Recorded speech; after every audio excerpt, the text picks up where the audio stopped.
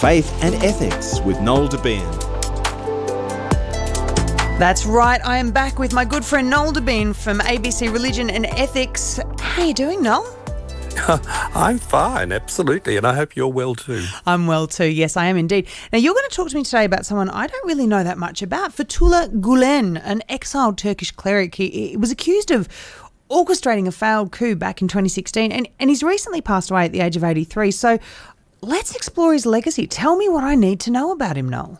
Well, the main reason for he was accused of running the coup in Turkey in 2016, so he's a state enemy of Turkey. We should say that up front.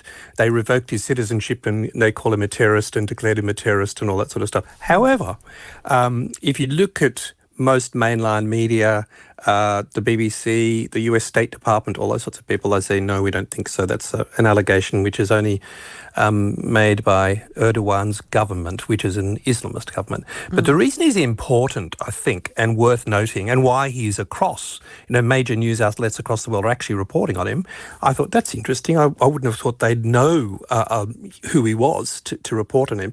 But his movement is called Hizmet, which is it's a Turkish name which means service, serving others is what the name is. So service is the name of the thing, Hizmet. And it's an organisation which has potentially up to 6 million followers. It's not numbered, like it doesn't have a formal membership, but your State Department says it could be millions of people that are part of it. And they've set up schools all around the world, basically. Schools, hospitals, educational institutions.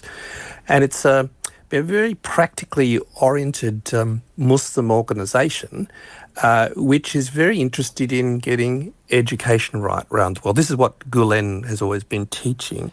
And the reason why people like me are interested in him and other people are interested in him is he's absolutely committed to interfaith dialogue. He would be the leading Muslim teacher in terms of engaging with Christianity, engaging with Buddhism, engaging with Hinduism, engaging with Judaism. And he has before he died, the Pope was a friend, the Ecumenical Patriarch of Constantinople was a friend, the Mizrahi great rabbi in Israel was a friend. He made friends with world leaders of religion, and he's not that well known. He wasn't a fame gatherer, if you know what I mean. Yeah, but Noel, everything that you've just said about him sounds pretty nice. You can't be quite mad at that. So why is his own government so mad at him? Well, I remember covering this coup in 2016, and there were newslets outlets all over the world actually saying, this is an Islamist coup, that this is an anti-Islamist coup, that Erdogan is trying to save Turkey from Islam, because this movement, Hizmet, led by Gulen, it's an Islamist organisation and it was trying through the army to take over Turkey. And I heard it and I went, that's not what I understand. And in fact, I had known about the Hizmet movement for years. They use the name Affinity in Australia, and they run a school here in Sydney, and they run other things around the country. Like, I don't know, have you ever been invited to an iftar meal during Ramadan, for example? They run these big meals at New South Wales Parliament House. They do them in Newcastle. They do them in big centres around the place where they invite people for dinner, basically, and say, come and meet us. I have not been invited, and I want to be. Well, you can get an invite. I'll put you on the list. I'll ring them and tell them Jess would like to go, because they often have things like the Whirling Dervishes there. Have you heard of the Whirling Dervishes? I have, but for those that haven't, tell people about them. So the Whirling Dervishes are this Sufi Islamic, Sufi Islamic group who dance. The old English line was, faster than a whirling dervish, because they go into this trance. They dance and they circle round and round and round and round and round and round and round with these big white robes that fan out. And during that, they go into this trance-like prayer, the dervishes, like it's a mystical Sufi movement. And they're quite friendly with the Hizmet movement. And a lot of the Alevis, who, the dervishes are connected to, are very friendly with the Hizmet movement, as are a lot of Kurdish people. And the reason he got in trouble in Turkey, why the Turkish Erdogan hated him, we think, this is the best reasoning I've seen from journalists, is he had set up an enormous school system, like he said the problem with Islam and Turkey, for me, is we need to engage with the world through education. That's what he argued. And a lot of people in Turkey did not have access to good schools. And he set up an enormous network from the 1960s, 70s, 80s, 90s. It was a university, et cetera, and it became a very powerful movement.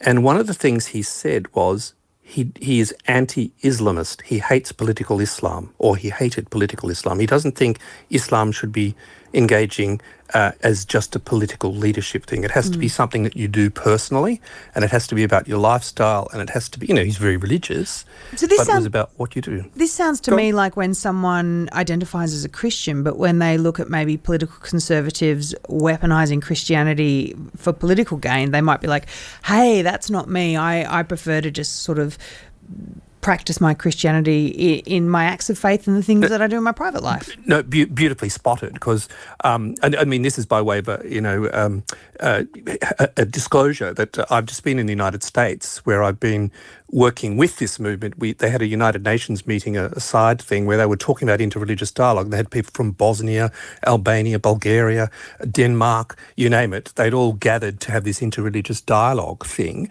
And I kept thinking, gee, they remind me of the way Catholics go about things, because if you think about it in the history of Australia, the one thing Catholics prioritised was schools and education. That's what they did. And there are plenty of Catholics or Christians who would say, no, I don't think, politicised Christianity is good at all.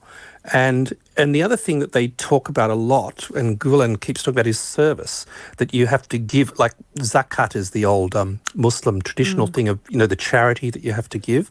And they believe in that charity giving. So their schools were set up as non-profit organisations. It's not so much a business enterprise as a service enterprise, and I think that's fair to say from all reporting on it. And he got into trouble because it was so influential, and because he actually said at one point, when Erdogan was trying to turn Turkey into a more, top-driven, authoritarian regime, he and Gulen had been friends, like they were supporters of each other. And then Gulen said, no, I oppose political Islam. This is too Islamist for me. This is not right. And they became sworn, Gulen didn't say he was an enemy, but Erdogan said he was an enemy of the Turkish state. And then when there was the military coup in 2016, they said, you know who's behind this? It's Gulen and his movement. They're the ones. Now, I've never seen any proof of that, but that is an allegation that the Turks make quite openly, and the state says quite openly. And they declared it a terrorist organisation, which makes it all the more interesting again, don't you think? That somebody who, on the one hand, you think is all about service and interreligious dialogue, is somehow a terrorist organisation. And I haven't got a lot of sympathy for that, I've got to say. So Turkey as a country, what's the relationship between religion and the state? That's a very interesting question too, because as you know, the Turkish Republic's about Turkey, so we were supposed to say it the right way now, that it's about 100, it's only a century old since Ataturk, Kemal Ataturk, established it. It was once the Ottoman Empire, like a Muslim empire, and that all fell apart after World War I. And Ataturk was sort of the saviour of the nation who set up the modern Turkish Republic, which was to be completely secular. He sort of tried to de-Islamicize it. And one of the ways he did that was he made sure that all the imams became state civil servants. So they controlled Islam and licensed who could preach. And they were quite openly anti-religious, many of what they call Kemalists, the Kemal Ataturk followers, quite anti-religious. And that didn't go down well with the Turkish population, particularly in the country, which is where Gulen comes from. Of course, he's from a country area. And it was, the mosque and the madrasa and the schools were one of the things that kept the community together, as it were. So the country in particular was quite resistant to getting rid of Islam. And that meant that the state, though, became much more Western, very democratic. Ataturk did establish democracy in a purest sense. And that's another thing that Gulen absolutely supports, is democracy, wants democracy, not authoritarianism, and teaches about it all the time. Ataturk did that, and then when Erdogan rose up, remember he was the mayor of Istanbul, and he was driving the Islamist line. He wanted Islam to come back. He wanted, the hijab back freely. He wanted, because it was banned in Turkish state institutions. You couldn't wear the scarf. It wasn't allowed. That's how secular it was, a bit like France, actually, with that sort of thing. And he's brought it all back, Erdogan, and it's a much more openly Islamic country now, Turkey. But it turned out that the way Gulen and his movement were doing Islam was not compatible with the way Erdogan was employing it politically. That's what I would say. And therefore, the Gulen or the Hizmet movement became a problem for Erdogan because it constituted a whole group of people, a very large group of people. And when they cracked down on it in 2016, 2017, 2018, which is when the state of emergency was, they arrested thousands of people. They're still in jail, Jess. Thousands of judges, civil servants, anybody who was sympathetic to the Gulen movement was arrested, and many of them are still incarcerated. So it's a big deal, this guy, who somehow managed to get to talk to popes, to ecumenical patriarchs, to political leaders all around the world. He's been treated really quite well by leadership around the world, but not in Turkey. Well, Noel, my last question for you then has to be, so I love that you've just taught me all about Fethullah Gulen, who was exiled as a Turkish cleric, and he's passed away now. So, his life sounds incredible, but what impact is his death going to have on Turkey? It's a very good question again. Because when you talk to his followers, they love the man. Like he's sort of like not a messianic figure. That would be wrong. They would never say that. But they just love him. Like he's so admired. He had such a personal relationship with everybody. But for the last 10 years, whenever they said to him, "What should we do? What should we do? What are we going to do? You're in your 80s." He would say, "I want you to think for yourself. I want you to think for yourself." Oh, So I love that. He's been quite open about this. And I think in one sense there has to be a bit of a crisis for the movement because it's quite a decentralized movement. It doesn't have a really formal structure. There's no company called the Hizmet Company. There isn't. It sort of resides in its followers. There are schools that have to have boards. There was a university that's been confiscated by the Turks. But its future, I think, is always a question when a charismatic leader dies. And he was very much a charismatic leader who inspired great devotion in his followers and great concern in those who opposed him.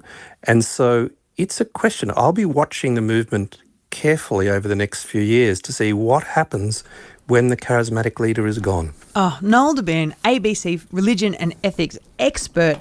I have been missing these conversations, and I love that you came to me with a topic that I said I know nothing about, and now I feel like I'm ready for the next dinner party so I can wax lyrical about Gulen and the Hizmet movement. Thank you so much for your time. We really Great appreciate to talk, you. Jess. Take care. Thanks.